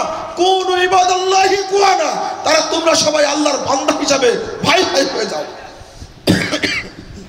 বন্ধুরা আমার, আমি আমার বক্তব্য গুটিয়ে নিয়ে বলতে চাচ্ছি, গোটা পৃথিবীতে যদি একজন সালাফি লোক থাকে, একজন আহলে হাদিস থাকে, তিনি কি আমার ভাই না?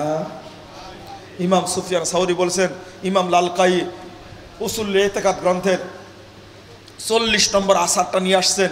ইমাম সুফিয়ান সাউরি রাহিমাহুল্লাহ বলছেন, ইদা বালাগা কান রাজুলিন বিল মাশরিকে সাহিবি সুন্নাতিন, তোমার কাছে যদি পৌঁছে যে পূর্ব প্রান্তে একজন লোক আছে, সালাফি আহলে হাদিস লোক আছে, ওয়া আখারা বিল মাগরিব, আর পশ্চিম প্রান্তে পৃথিবীর একজন আছে, ফাবাস ইলাইহিমিস সালাম ওয়া দুলাহুমা, তখন তুমি তাদের কাছে সালাম পাঠাবে, তাদের জন্য দোয়া করবে। কারণ মা কাল্লা আহলাস সুন্নাহ ওয়াল জামাআহ, এই কথাটা যে কত হৃদয় বিদারক, কত কষ্টকর। সুফিয়ান সাউরি বলছেন, দেখো না আহলে হাদিসদের সংখ্যা, সালাফিদের সংখ্যা কতই না কম। যে এক প্রান্তে আছে পৃথিবীর পূর্ব প্রান্তে, পশ্চিম প্রান্তে আর একজন আছে, আমি তার জন্য সালাম পাঠাবো। নাসিরউদ্দিন আলবানী যখন সিরিয়ায়, যখন শেখ বিন বাজ পত্র লিখছেন সিরিয়ার উদ্দেশ্যে, তখন পত্রের মধ্যে নাম উল্লেখ করছেন, আমার সম্মানিত ভাই আলবানীকে আমার সালাম জানিয়ে দিও। আল্লাহু আকবার। আমরা যে যেখানে থাকবো সে সেখানেই এই পরস্পরের সাথে ভ্রাতৃত্ববোধটাকে টিকিয়ে রাখার চেষ্টা করব। কেউ সমালোচনা না করে, যদি কারো ত্রুটি থাকে, আমরা ত্রুটিটা সামনে জনগণের সামনে না বলে আমরা বলবো কার সামনে? সংশ্লিষ্ট ব্যক্তিকে বলবো, এই ত্রুটিটা, এই ভুলটা আপনি পরিত্যাগ করবেন। এটাই কি উচিত নয়?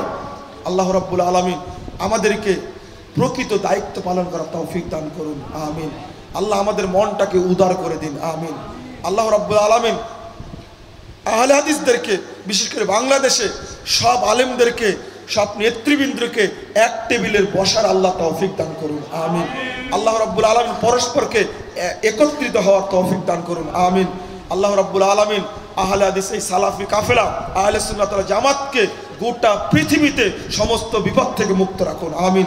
আল্লাহ মুসলিম উম্মাহকে হেফাজত করুন, আমিন। আল্লাহ যারা আজকে বাংলাদেশে উপমহাদেশে শিরিক বিদাতের পক্ষে কথা বলছে, আল্লাহ তুমি তাদেরকে শিরিক বিদাত ত্যাগ করার তৌফিক দান করো। আল্লাহ তুমি তাদের হৃদয়ে তাওহীদের আলো জ্বালিয়ে দাও। আল্লাহ তুমি বাংলাদেশকে নির্ভেজাল তাওহীদের দেশ হিসাবে কবুল করে নাও, আমিন। আমার জন্য আপনারা দোয়া করবেন। এই দোয়া চেয়ে বিদায় নিচ্ছি আপনাদের কাছ থেকে। সুবহানাকা আল্লাহুম্মা ওয়া বিহামদিকা আস্তাগফিরুকা ওয়া আতুবু ইলাইকা। ওয়াসসালামু আলাইকুম ওয়া রাহমাতুল্লাহি ওয়া বারাকাতুহু।